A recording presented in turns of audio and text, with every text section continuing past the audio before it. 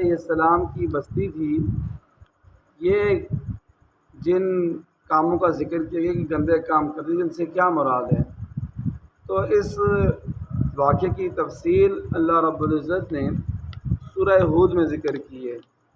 سورہ ہود میں اس واقعے کی تفصیل اللہ رب العزت نے بیان فرمائی ہے، اور سورہ ہود کی آیت نمبر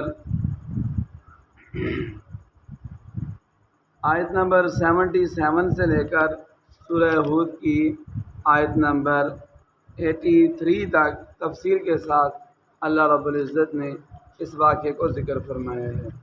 یہ ایک تو اللہ تعالیٰ کے ساتھ شرک کرتی تھی یہ قوم، اور دوسرا جو سب سے بڑی برائی جو اللہ تعالیٰ نے اس قوم کی ذکر کی ہے وہ یہ اپنی جنسی خواہش کو، جنسی لذت کو عورتوں کے بجائے مردوں کے ذریعے پوری کرتے تھے۔ یہ ان کا سب سے بڑا اور سب سے برا گناہ یہ ذکر کیا گیا ہے، اور اللہ تعالیٰ سورہ ہود میں اس کی تفصیل یوں بیان فرماتے ہیں کہ وَلَمَّا جَاءَتْ رُسُلُنَا لُوطًا سِيءَ بِهِمْ وَضَاقَ بِهِمْ ذَرْعًا کہ انہوں نے اپنے پیغمبر حضرت لوط علیہ السلام کو بہت زیادہ تنگ اور پریشان کیا ہوا تھا۔ لوط علیہ السلام تھے بھی اکیلے اس قوم میں، کوئی ان کی اپنی برادری کا بندہ نہیں تھا، اس لیے کہ حضرت لوط علیہ السلام عراق سے ہجرت کر کے گئے تھے، اور اس بستی کا نام صدوم بستی تھا۔ تو حضرت لوط علیہ السلام نے ان کو سمجھایا تو یہ ایمان بھی نہیں لاتے تھے، اور لوط علیہ السلام نے یہ بھی ان کو سمجھایا کہ دیکھو عورتیں موجود ہیں، تم عورتوں سے نکاح کرو، شادی کرو، اور اپنی جنسی خواہش کو عورتوں سے پوری کرو۔ یہ کہتے تھے کہ آپ کو پتہ ہے کہ ہمیں عورتوں کا کوئی شوق نہیں ہے، عورتوں میں ہمیں کوئی دلچسپی نہیں ہے۔ تو حضرت لوط علیہ السلام کو سمجھانے کے باوجود یہ باز نہیں آتے تھے اور ان گندے کاموں میں مبتلا تھے، تو اللہ تعالیٰ نے ان کو عذاب دینے کے لیے 2 فرشتے بھیجے۔ وہ 2 فرشتے خوبصورت نوجوانوں کی شکل میں اللہ تعالیٰ نے ان کے پاس بھیجے، اور پہلے انہوں نے حضرت ابراہیم علیہ السلام کو بیٹے کی خوشخبری دی، اور ساتھ بتا بھی دیا کہ ہم لوط کی بستی کی طرف جا رہے ہیں ان کو تباہ کرنے کے لیے۔ تو حضرت ابراہیم علیہ السلام نے یہ سمجھا کہ شاید یہ بستی اپنے برے کاموں سے باز آ جائے، اللہ تعالیٰ اس کو عذاب میں گرفتار نہ کریں، تو اس لیے اللہ تعالیٰ سے دعا بھی مانگتے رہے کہ اللہ تعالیٰ ان کو ہدایت عطا فرما دے اور شاید یہ اپنے گناہوں سے باز آ دیں۔ لیکن اللہ تعالیٰ نے حضرت ابراہیم علیہ السلام کی اس دعا کو قبول نہیں کیا۔ جب وہ 2 فرشتے خوبصورت نوجوانوں کی شکل میں حضرت لوط علیہ السلام کے گھر پہنچے تو لوط علیہ السلام بہت زیادہ پریشان ہوئے، غمگین ہوئے، اس لیے کہ قوم والے ان کے پیچھے بھی پڑ جائیں گے۔ پھر ہوا بھی یہی، تو قوم والوں کو جب خبر ملی تو دوڑتے دوڑتے سارے حضرت لوط علیہ السلام کے گھر کی طرف آئے۔ تو حضرت لوط علیہ السلام نے بڑی بے کسی اور بے چارگی کے عالم میں ان کو سمجھانے کی کوشش کی پیار اور محبت سے۔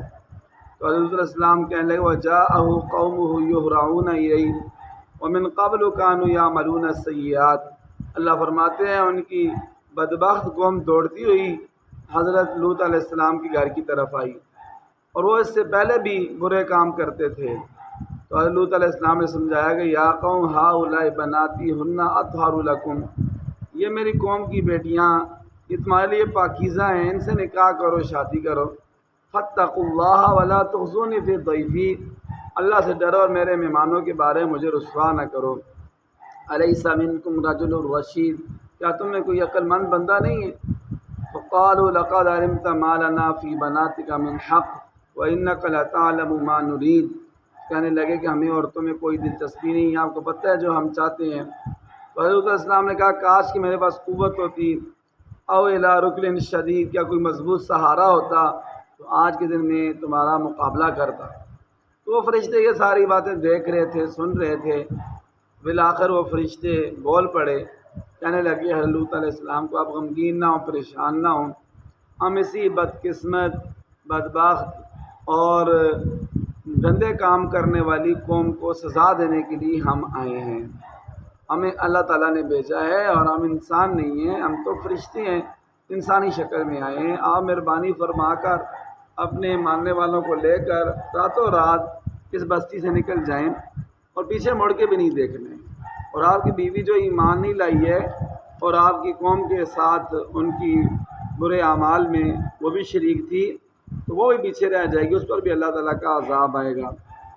ان موعدہم الصبح، صبح کے وقت ان پر اللہ تعالیٰ کا عذاب آ جائے گا۔ تو حضرت لوط علیہ السلام کہنے لگے الیس الصبح بقریب، کیا صبح بالکل نزدیک نہیں آ گئی؟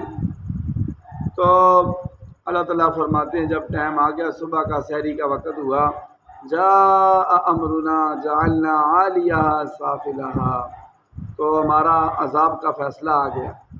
بہت جبرائیل علیہ السلام تشریف لائے، یہ کل 4 بستیاں تھیں، اور چاروں کی چاروں بستیوں کو حضرت جبرائیل علیہ السلام نے اپنے پر پہ اٹھا کے فضا میں جا کر ان کو الٹا کر کے زمین پر زور سے مارا۔ جعلنا عالیہا سافلہ، اللہ فرماتے ہم نے اس کے اوپر والے حصے کو نیچے والا حصہ بنا دیا، یعنی بستی کو اوپر لے کر گیا فرشتہ سے، اٹھا کے اوپر سے اس نے الٹا کر کے نیچے زمین پہ مارا۔ تو اسی وجہ سے کہتے ہیں جس جگہ یہ بستیاں آباد تھیں اس جگہ ایک سمندر سا بنا ہوا ہے، اور اسے کہتے ہیں بحر میت، ڈیڈ سی، اور اس کا کسی بڑے سمندر سے کوئی رابطہ نہیں ہے۔ یہی کہا جاتا ہے کہ ان بستیوں کو الٹنے کی وجہ سے یہ پانی یہاں پر جمع ہوا ہے اور ابھی تک وہ موجود ہے۔ اور یہ بھی ہے کہ پورا زمین کا یہ جو حصہ ہے یہ سب سے نچلا حصہ ہے، سطح سمندر سے سب سے نچلا حصہ، نیچے کا حصہ، وہ یہی جگہ جو بحر میت ہے، ڈیڈ سی ہے، وہ ہے۔ تو ایک جغرافیائی حقیقت کی طرف اشارہ ہے، اور ایک اللہ تعالیٰ نے اس عذاب کو ایک محسوس شکل بھی دے دی ہے۔ تو اس طرح پھر اس قوم پر اللہ تعالیٰ کا عذاب آیا۔ وَأَمْطَرْنَا عَلَيْهَا حِجَارَةً مِّن سِجِّيلٍ، اللہ تعالیٰ فرماتے ہیں پھر ہم نے ان کے اوپر پتھر بھی برسائے۔ پہلے اس بستی کو الٹا کیا، الٹا کر کے ان پر نشان زدہ پتھر برسائے۔ مُسَوَّمَةً عِندَ رَبِّكَ، پتھر ایسے تھے کہ نشان لگے تو ان کا یہ فلاں کو لگے گا، یہ فلاں کو لگے گا۔ وَمَا هِيَ مِنَ الظَّالِمِينَ بِبَعِيدٍ، اور یہ بستی مکہ والوں، مکہ کے ان ظالموں سے کچھ دور نہیں ہے۔ انہیں یہ چاہیے جاتے آتے ہوئے جب اس بستی پر نظر پڑے تو اس سے عبرت حاصل کریں، اپنے گناہوں سے باز آ جائیں، اور ہمارے پیارے نبی حضرت محمد مصطفیٰ صلی اللہ علیہ وآلہ وسلم پر ایمان لے آئیں۔ یہ قوم لوط کا مختصر سا واقعہ آپ کے سامنے بیان کیا ہے۔ اللہ تعالیٰ سے دعا ہے کہ اللہ تعالیٰ اس امت کو، امت محمدیہ کو، ہم سب کو ان برے کاموں سے، گندے کاموں سے محفوظ فرمائیں، اور اللہ تعالیٰ نے جو حق حلال کا راستہ رکھا ہوا ہے اللہ تعالیٰ اسے اپنانے کی توفیق عطا فرمائیں۔ اب ان آیتوں کا ترجمہ سماعت فرمائیں۔ اعوذ باللہ من الشیطان الرجیم، میں اللہ تعالیٰ کی پناہ میں آتا ہوں شیطان مردود کے شر سے۔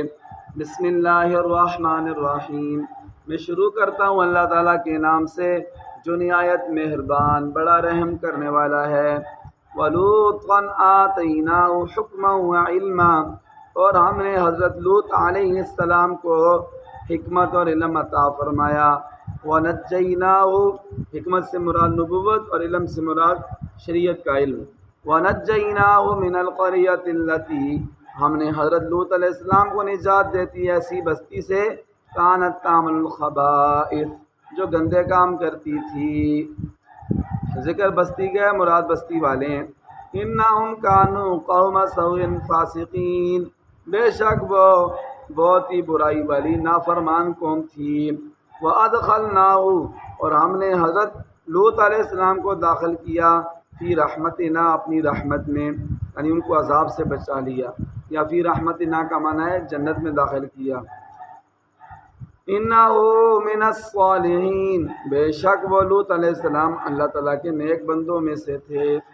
ربنا تقبل منا انک انت السمیع العلیم وتب علینا یا مولانا انک انت التواب الرحیم رب ارحمہما کما ربیانی صغیرا وصلی اللہ تعالی